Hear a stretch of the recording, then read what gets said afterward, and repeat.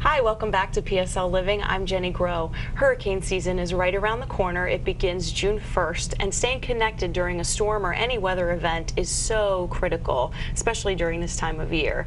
With us to tell us more about how to stay connected during a storm is AT&T Public Relations Manager Kelly Starling. Yes. Thank you for being here. Thanks for having me. I Absolutely. appreciate it. See, we've got a little show and tell. So let's start. Yes. What do we have here? What are you going to show us? Well, the first thing that we stress to wireless users is to make sure you have, if you know there's a storm definitely coming, make sure you have your cell phone battery charged. Absolutely. You might want to consider getting an extra battery, just because we all know probably from personal experience some of the storms can leave you without power for days. Absolutely. Or like a backup battery pack that will give you extra hours of voice time. Okay. So, and make sure you have some type of alternative, like I said, in case the power is lost. We lost power for 8 days, and I frequently used my car charger. Absolutely. So that's the key thing, you could, because as you said, the communication is so critical in that time. Right. So keep the batteries charged. Okay. Also, one of the greatest risks during the hurricane is water damage. So you don't want your mobile device to be damaged by water. Right. You can either get a waterproof case or something as simple as putting it in just a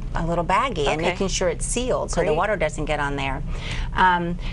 Before the storm gets here, program in key emergency contacts. Obviously your key family members, but even maybe the local fire department or the local police station number or the local hospital or a neighbor's number in case you need to reach them as well. Absolutely. And then with your family, make sure you have a plan in place that if you get separated or say you're already in separate places, where can you meet up? Okay. What's the plan? Are we going to text each other? But the problem is, especially when we've had like 8 years of not having a hurricane, I know. we become complacent and we don't really think about doing these things in advance. Absolutely. And you just don't want to wait until it comes down to like you're scrambling and everyone's running to the store to get their goods to get this stuff done. Right. Also, we encourage people to take advantage of the technology that's available on these smartphones. Right. For example, if you lose power in your home and you've had damage done to your property, you can use the camera on the phone to record, small videos or just take pictures of the damage and then email it right from your phone to your insurance company. Because, again, that happened to us. We didn't have power for 8 days. We couldn't use our computer. Right. Also, there's GPS technology on these devices. So, for instance, like I have Navigator on mine. If you want to see where maybe there are traffic detours because of damage or slowdowns, you can use that type of technology on your device. And there's also location-based technologies. Check with your carriers, see what services they have. But for instance, with Family Map, if you were to get separated from your family with that particular service, then I could identify where your cell phone was and find where you are.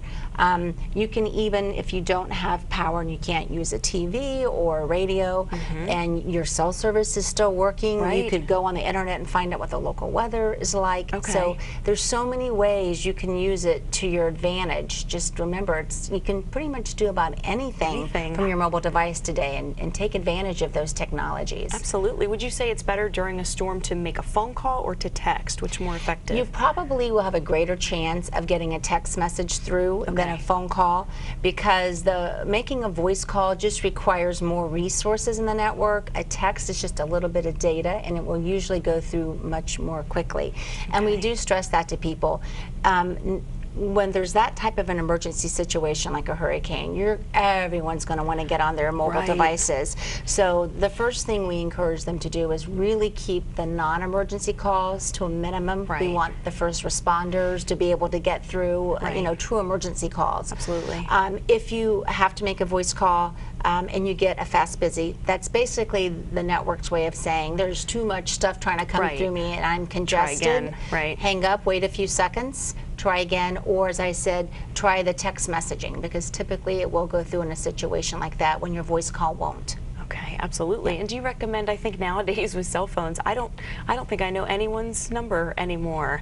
I just program it in. I mean, is having a list, a paper list, is that beneficial, you think? It is, but I think so many people now have everything on their device already contact-wise, because either they do it through their inbox or, and that's important, just like with your key contacts, putting the ICE for in case of emergency, so they're able to really discern who are the key people when they're scrolling through all that. But it wouldn't hurt to have paper as well. 'Cause Again, making sure you keep it somewhere where it's going to be dry. Okay, that's right. Right. Just taking care Right. of that phone no matter Yes. no matter what. The key thing is it sounds like common sense, but it just comes down to preparation. You know, we year-round prepare for the worst case scenario. We don't like to have to think about that. Absolutely. But that's so critical, because when a storm does come, you know, we've done, you know, tabletop exercises, and we've done field drills to make sure that, you know, we have, like, you know, generators we check on, and we check the high capacity backup batteries, and so all of that is so important. And then if we know a storm's coming this way, we will take critical equipment we know we might need and the aftermath, like generators, and we stage them somewhere where they're out of the cone, but we can quickly deploy them for, you know, maybe where we have cell sites that don't have power. And we need to get them power. So Okay.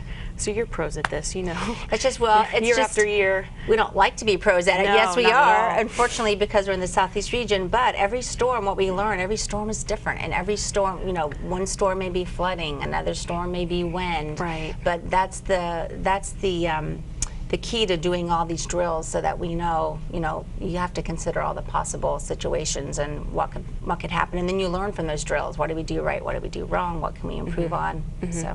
Absolutely. This is such good information. Is there anywhere on an AT&T website or an information page? Actually, there is, and you can find all of these tips. It's att.com/vital connections, all one word. And it has all of these tips on there and suggestions, and talks about network disaster recovery and all that. Absolutely. And now is such a good time. I can't believe it's here already, but June 1st is the start of hurricane season, and it's important to have all of your devices in order and absolutely have all your accessories. And we're just going to cross our fingers we'll have a 9th year. Yes, of absolutely. A storm-free year. Okay. Well, we'll wish everybody the best for that, for approaching storm season this year. Well, Kelly Starling with AT&T, thank you so much for being here. That's such good information. Thank you for having me. Let me share it with your viewers. Absolutely. I hope it helps. Absolutely. Thank you so much for being here. And we'll be right back after this message.